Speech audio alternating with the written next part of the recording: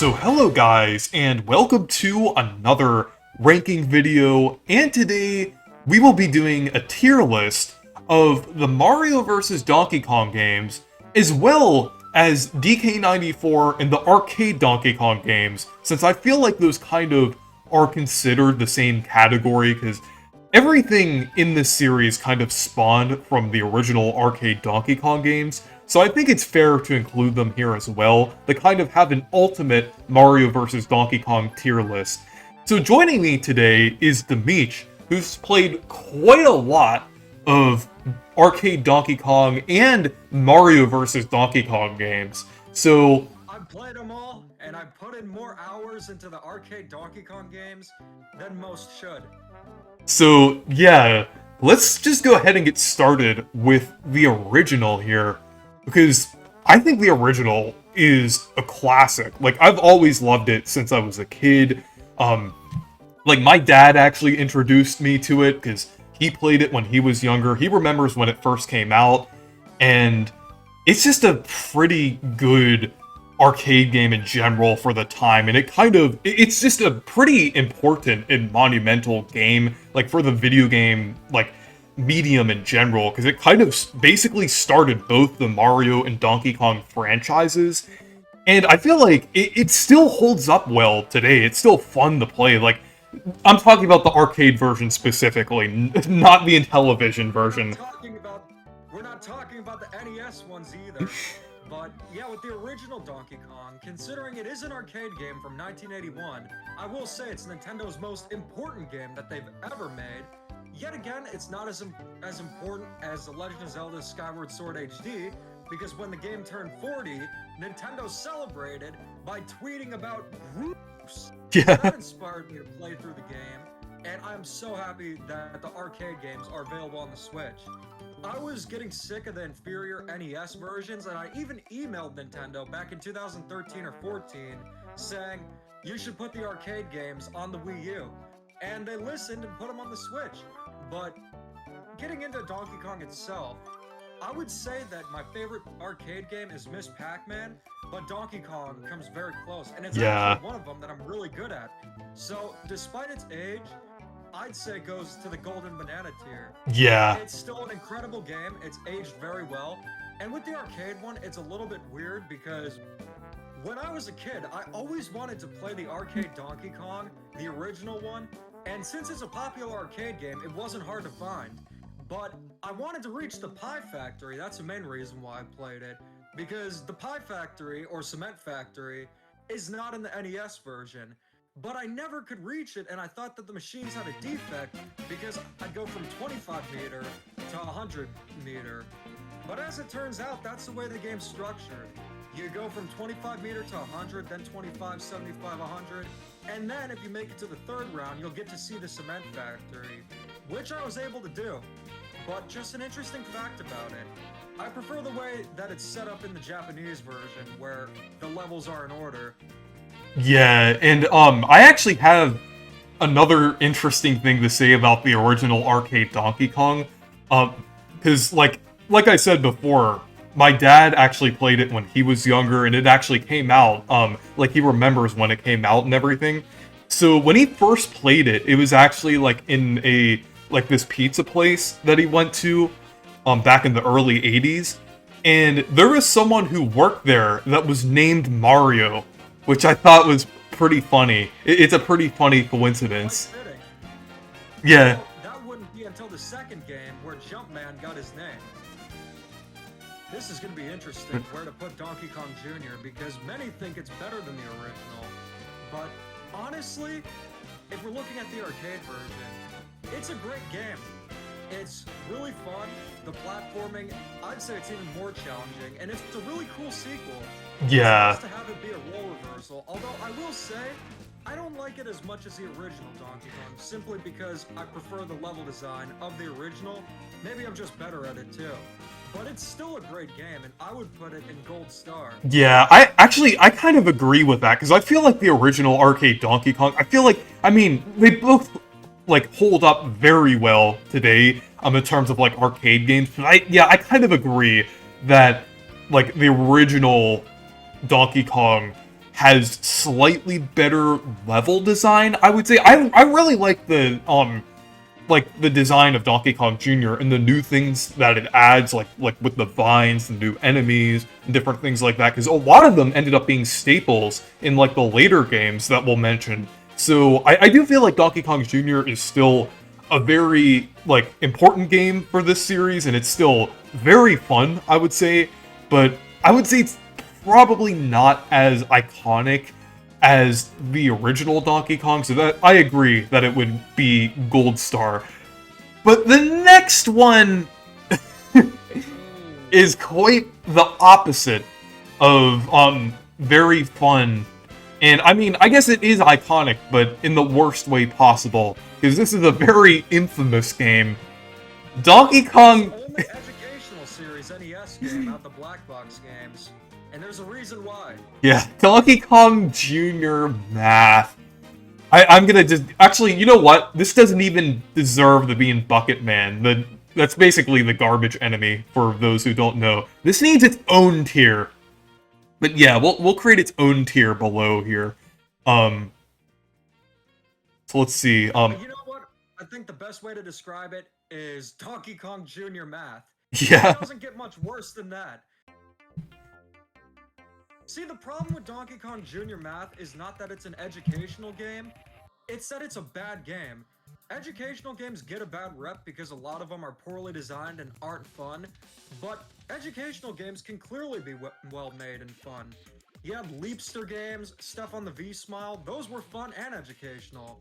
But the game design, it's not intuitive, it's not engaging, you're doing basic math problems and it just feels like Donkey Kong Jr.'s mechanics were shoehorned in just to make it educational without any thought. Yeah, and it was developed by Nintendo in-house.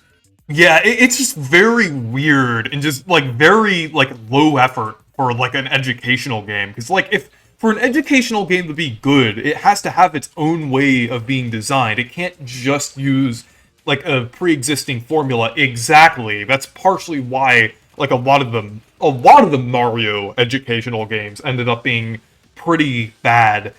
So I feel like educational games can only be like good if they actually have like a unique kind of style to them, because they have to have like they really have to be designed in a unique way in order to work.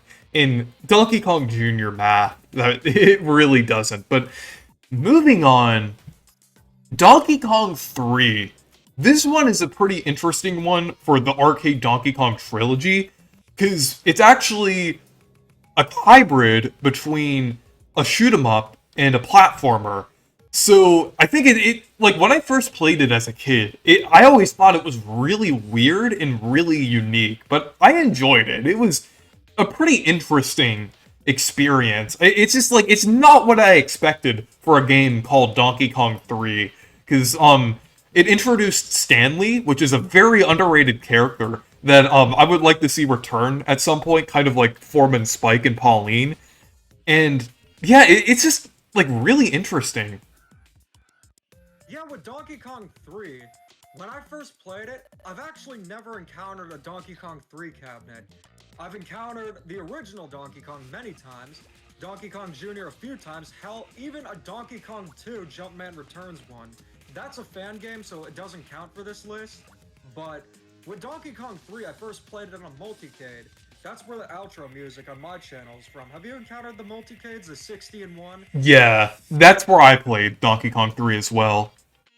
I feel like that's how most would experience the game outside of arcade archives, but I was playing it when I was 11 years old. My dad's like, oh, that's a pretty crappy Donkey Kong game. And at first, I didn't really understand it, but the more I played it, and I actually did a full review of it, I really like it. Yeah. I think it's hard to choose between Donkey Kong Jr. and 3, considering they're very different games, and I do prefer the rivalry between Mario, Donkey Kong, and Donkey Kong Jr., so I will say, out of the arcade trilogy, it is technically my least favorite, but it's still going into gold star. Yeah, I agree. Cool concept, really interesting to have a hybrid shoot 'em up and platformer. It's quite engaging and very challenging too. And Stanley's an underrated character. Yeah. I'd love to see him return. They could even give him a voice that sounds like this. Stanley? if humans came from primates, shouldn't we follow the same diet? I think that'd be hilarious if we just sounded like Yeah. that. But yeah, Donkey Kong 3, like, even though it is very different from both Donkey Kong and Donkey Kong Jr., it's still a very solid and fun game, and I really enjoyed it, and I haven't played it in quite a while, so I need to play it again, like, since it's on Arcade Archives and everything, but yeah, it's, I would say it's misunderstood more than anything. oh, Very underrated, but also misunderstood. I definitely agree, it's like, I would definitely say, like, it just in its own right, it's just a very fun game in general. But yeah, moving on, we have another game that I haven't played, but Demeech has played, that's technically a sequel to Donkey Kong 3. And This is a weird. yeah, apparently it was developed by Hudson Soft, and like it's just like from what I've seen of it, it's just really weird. Like, wasn't it like released for like an old PC or computer or something? I forgot what it was called, like the system. It's unknown if it even released. The story behind the game is interesting. Yeah, Because apparently it might have never released, but Preservation Group was able to track down a copy, and they went on Yahoo Auctions and were able to secure the game and preserved it, which is how I played it. I played it mostly to get the footage for the Super Mario Brothers special review I did, and I can say that this kind of game definitely fares better than Super Mario Brothers Special. It takes into consideration the limitations of the PC-88 and Sharp X1, I think that's what those were called, and surprisingly, I would put it in Gold Star. This one is not a hybrid, it's a shoot 'em up, but it's still fun. It utilizes the hardware quite well, and a lot of people haven't played it, but hey, I'd recommend checking it out, which is why I'd put it in Gold Star. yeah, it's just like from what I've seen of it, I have seen some gameplay in like some videos about it, and it looks really interesting. Like I saw It's interesting, but also very weird. yeah, like the backgrounds just look really weird. Like, I mean, you have like a few like ones that are just kind of like you have like roads and like cities, like things that you like might expect that are a little out of the ordinary.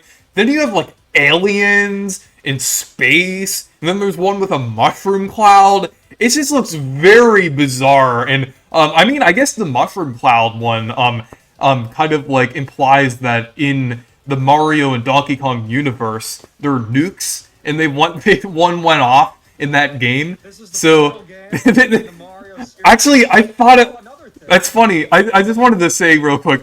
When I was thinking about making this tier list and thinking about that game, I was looking at the background. So I was like, what if this canonically is the final game in the Mario universe? Like when the world basically ended, and like somehow like Donkey Kong was still like around, just trying to like just like he wasn't even the one causing all of this. He was just still like just going around, and like Stanley was just trying to stop him. Like just they were just ignoring everything in the background. Like the world was just getting completely destroyed by like nukes He and has the balloons in the game. So he was holding up the balloons, and when all hell broke loose, he used those balloons to fly to safety. And then the civilization only has Stanley as a survivor. yeah. So that is, you heard it from us guys. The final Mario game in the canon is this one. Also, if you reach the kill screen, you know that there's a background that says Coca-Cola? That's weird. No, there's not really, but hey, would it be that surprising? Yeah, but yeah, it's just like this game is just like probably one of the weirdest ones on I mean, one of the weirdest? I'd say this is the weirdest hands down. yeah. No contest. Because yeah, I mean like by our headcanon, it is quite literally the last game in the Mario universe by our like by the depictions of the backgrounds and everything. And I thought But that was Luigi's Mansion. do you The think next game is fortunately not as weird, but But go on. But yeah, actually going into the next game here, DK94 is absolutely incredible. I would say it's definitely like, with aside from like a couple of the other games we're going to mention in a little bit, I would say this is definitely up there as one of my favorite like Mario versus Donkey Kong style games out of like all of these here. because like at first it's kind of looks like it's just a simple remake of the original Donkey Kong. I like when I originally like first saw this game, like when I like heard about it like a while ago when I was like scrolling through like YouTube and looking at like some gameplay videos of different like Mario and Donkey Kong games as a kid. I saw this and I looked at the first like 3 or 4 levels here and I was like, "Oh, it's just a little remake of the arcade Donkey Kong game." And then I actually played it and I was blown away by how good it was, because this isn't just a simple remake of the original Donkey Kong. It is basically a full-on sequel. Honestly, I would say a sequel is an understatement for this game, because it basically takes everything from the original arcade Donkey Kong and kind of completely adds like a whole new formula to it, because it's actually now a puzzle platformer, and the level design is great. There's so many great puzzles here, so many cool themes that look really good and are really impressive for the Game Boy, and it's just great in general. There's so many really cool ideas, and I really like how like everything kind of like all these puzzles feel like compact and everything. It's just, and the moveset is amazing as well. You actually have like certain moves like somersaults and things and backflips before Mario 64. So this game is definitely going into Golden Banana for me. It's just a great game in general. Absolutely. Yeah, I would go as far to say that it's not only one of the best Mario games or Donkey Kong, but I'd say that it's the best Game Boy game. There's just so much to it. Many levels. I recently replayed it, and it still holds up incredibly. This is a game that is truly spectacular, and it's underrated. A lot can be said about it. Mario's moveset's great, level design's great, even with the theming and such. Even with the black and white Game Boy, they still managed to have some creative theming. It reintroduced Pauline and Donkey Kong Jr. for a little while, and this was really the start of the renaissance for the Donkey Kong series. This was the first time when he got his tie. Yeah. I can say with confidence that it's very hard to choose between two of the games on this list, but Donkey Kong 94 might just be the best one, or the second best. Yeah. But regardless, it goes in Golden Banana. And I also wanted to say, I think it's like, along with DK first getting his tie here, they also introduced Pauline's modern design as well. Because like all of her modern appearances are based off of the one from DK94. So I think that's also pretty cool and worth mentioning. Because a lot of people say that Mario vs. Donkey Kong 2 was her first modern design, but technically it originated here. Yeah, it did. And I'm glad they carried it over, because Pauline is a true one-up girl. Unfortunately, Pauline wasn't in the next game, but what they did was really clever. Yeah, so Donkey Kong 94 was so good that they had to make a sequel to it, but it was 10 years later and on the Game Boy Advance, but I would say this was definitely a worthy sequel to from DK94, and this is Mario vs. Donkey Kong, the one that we'll be discussing a little more later too. Actually, basically for the rest of the video about like the sequels and everything here. But this kind of kicked off a new sub-series for Mario and Donkey Kong, but it was also a sequel to DK94. And honestly, I think it's actually better than DK94 in my opinion. They're both excellent and very close to the top in my opinion. But I feel like there's just something about Mario vs. Donkey Kong that I prefer slightly more. I think it's the amount of content and things that it has, and also the variety as well with different and I also really like the new gimmicks and things in the different levels that it adds as well, in the different like color switches and things. So I think, like, honestly, in my opinion, this is basically the 1,000-year door to DK94 being like Paper Mario 64. I just think it's just a great sequel in general, and is honestly one of my favorite Game Boy Advance games, almost tied with Wario Land 4 and Mario and Luigi Superstar Saga. Here's the thing, I would say that it absolutely deserves to be in Golden Banana, but I do think I prefer Donkey Kong 94 more. I think the controls just feel a bit better, and this might have to do with the hardware limitations, but the presentation of the original Mario vs. Donkey Kong, I hate to say it, but it's ugly. I Oh, tried going for the pre-rendered 3D, which at the time probably looked good, but going back to it, it's a little bit hard to.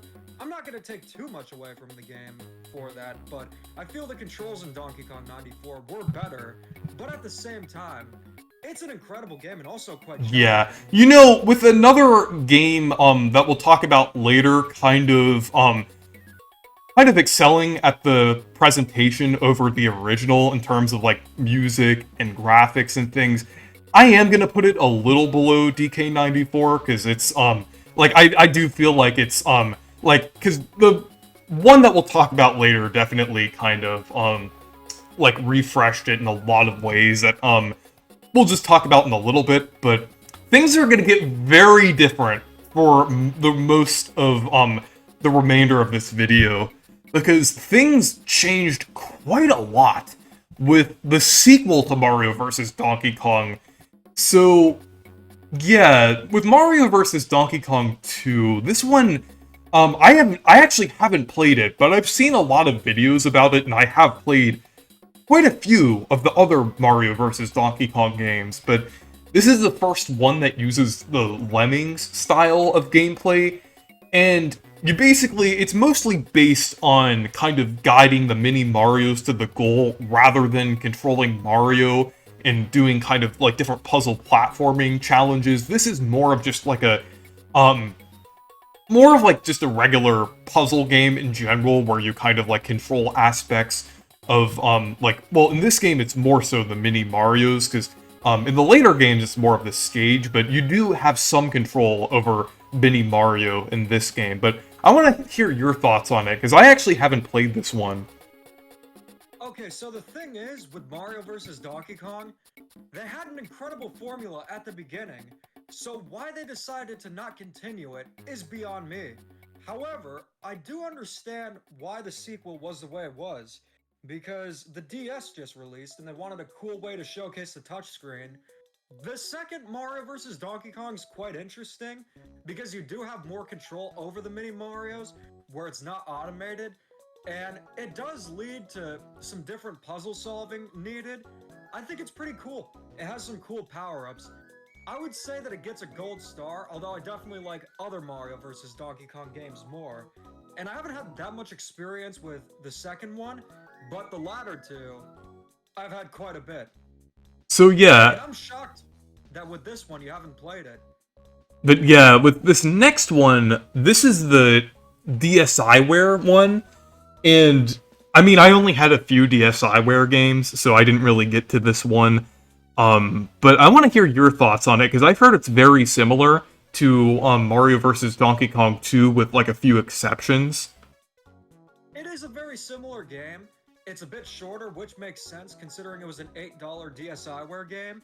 But the big difference is that this is when the minis became automated.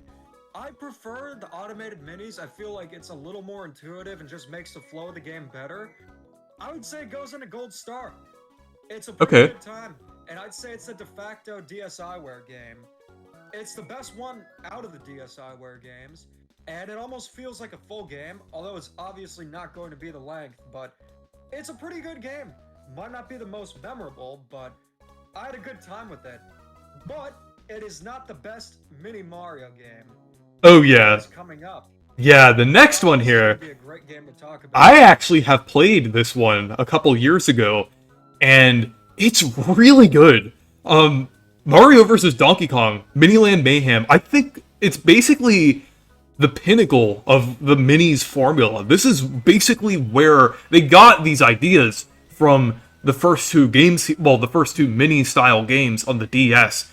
And they took all of the best aspects of it and made it even better. Like, it's just such a fun game in general. I just think, like, the level, like, this is like the one minis game where they actually kind of like fully kind of fleshed out the formula here, and where it was kind of like, because I mean, most of the games after this, aside from one of the minis games, were mostly the same, and I just really like the formula here, like dragging the different like platforms across the stage and kind of getting them to the goal, and it's just a really fun formula here, and I just really like all the collectibles in the game as well. I thought that was pretty cool. Introduced Mini Pauline. Yeah, yeah, I thought that was really cool how they actually like had Mini Pauline as well, and I feel like around like this time, the only games where Pauline was really getting any attention was in these Mario vs. Donkey Kong games. So I thought that was pretty cool, but I'm interested in hearing your thoughts on it. You said it quite well. It's essentially the ultimate minis game in the Mario vs. Donkey Kong series. It has the theme of being at an amusement park, which is really cool. It's not just a toy factory. It has a ton of content, a lot of unlockables. It's just an overall great and really fun game. I can't think of a single negative thing to say about it. And there's even a level creator.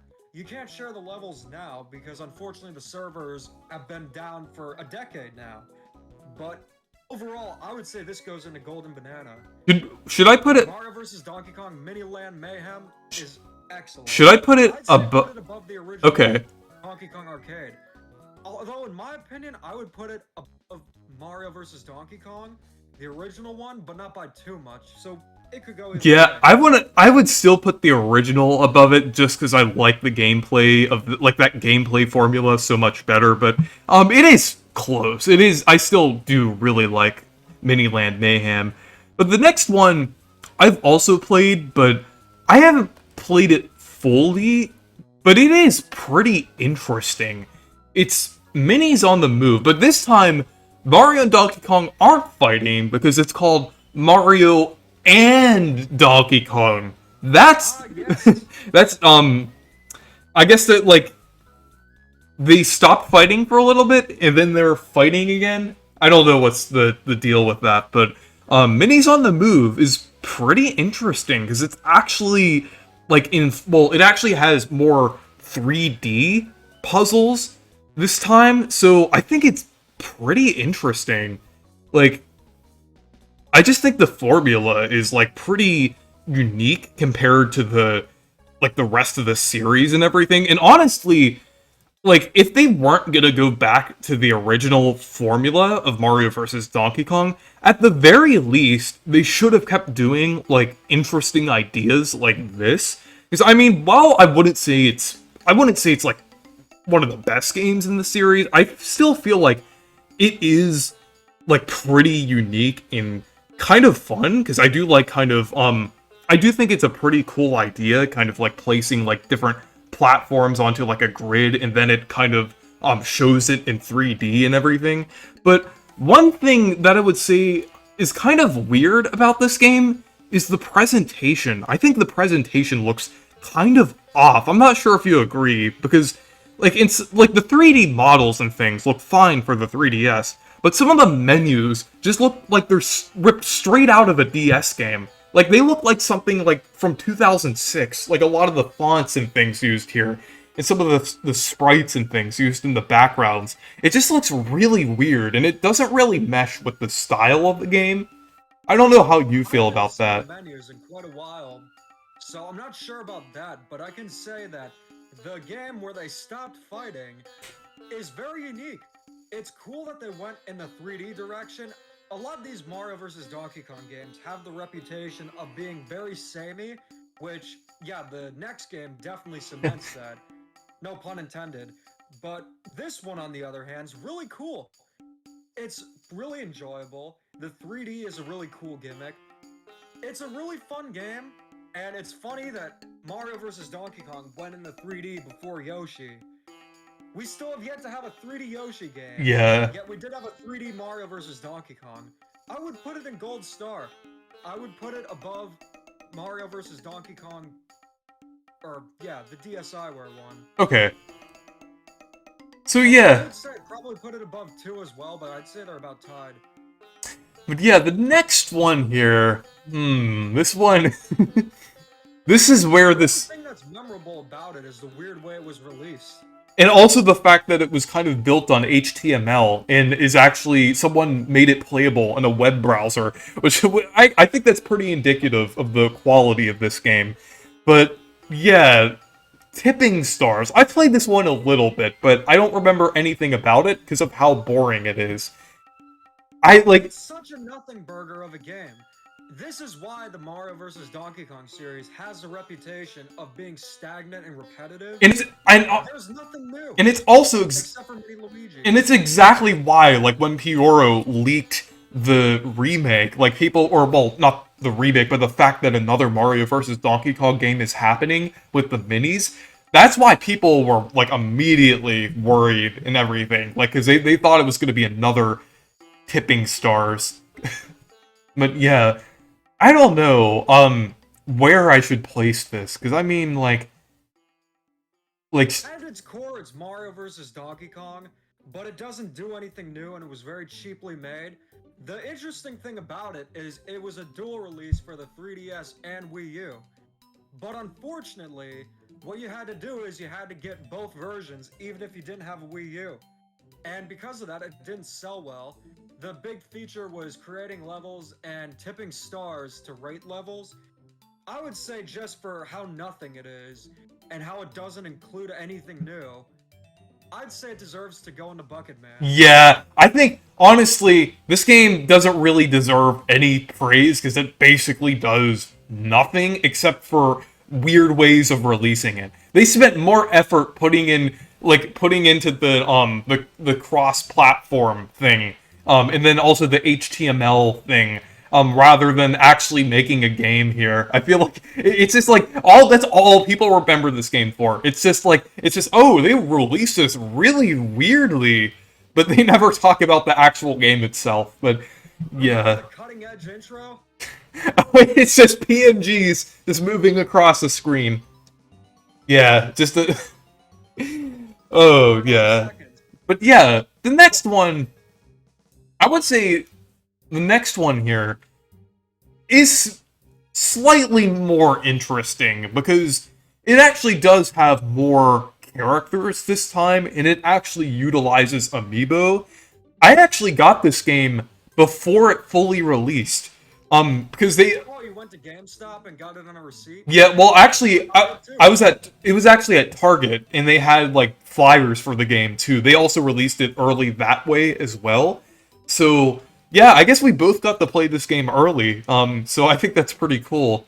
I actually went back to it recently, and this was when Mario vs. Donkey Kong, we didn't know what it was going to be, what Pioro leaked. But after going back to it, I would say that not only is it a great mini Mario game, it's also the best showcase of amiibos. This is the closest thing to Nintendo Skylanders or Disney Infinity that we've gotten, and I'd say we'd ever get, because it looks like they're pretty much done with amiibos now. But it's really cool.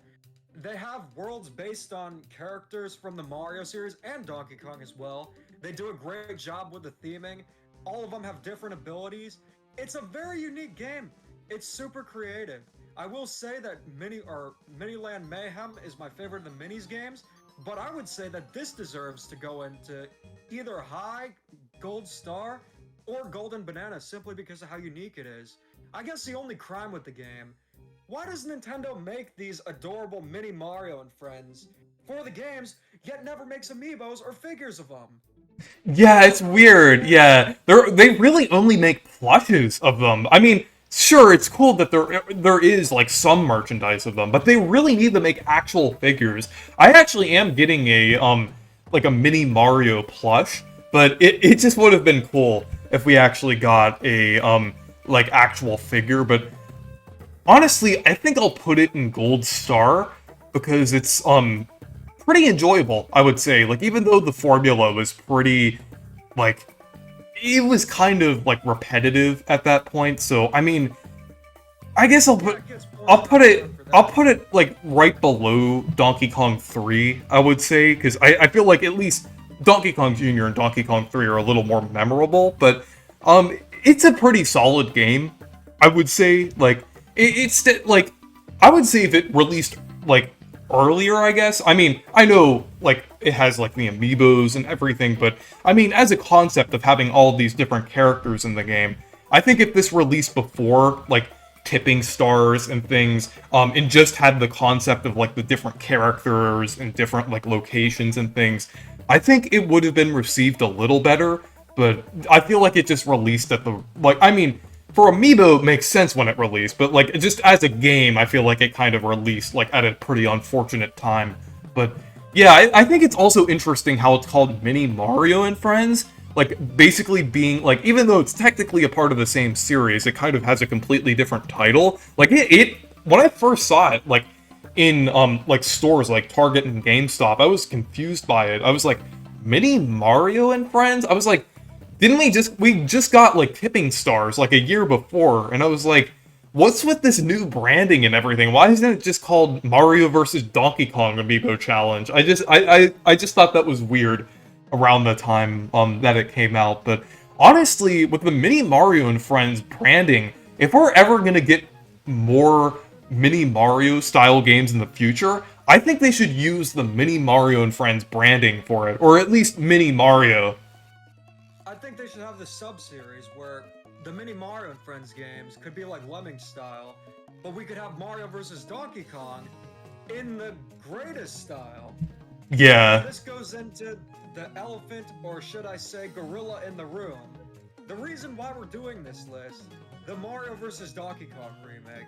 So when this was announced, I was very excited because it wasn't another mini-style game, and it looked amazing.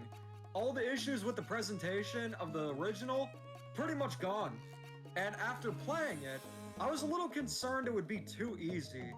But I can say without a doubt, it goes into Golden Banana. Oh yeah, and you know what? Excellent remake. I think I would even say I would put it above DK94, because I think like this, I feel like it's honestly, in my opinion, it's like the definitive form of the formula so far, and I feel like it's the perfect thing to build off of in the future. Like, it already takes the excellent gameplay of Mario vs. Donkey Kong, but it gives it that extra needed fresh coat of paint, and it looks amazing. I know some people are saying like they removed some of the animations and things, but honestly, I think this has its own charm. They added like all these amazing looking backgrounds, great music, and I just really like the style of it in general. Like, it uses a similar art style, the Super Mario 3D world, but they still keep a lot of those like wacky looking mechanical toy enemies, still have like some of those DK94 enemies in the game, and I just think it looks excellent. And honestly, those new levels that they added are some of the best DK94 style levels that have ever, like, that. It really makes me want a new game in that. Yeah. I think they'd be able to do it, and I think it could be likely. Here's the thing, they got the engine now, so they could have released a remake and then a new game. But yeah, I wanted to say, like, those new worlds that they added between, like, the, Merry Miniland, which is a reference to the best mini-style game, and then also, like, the Snow World as well, and the Plus Worlds associated with them.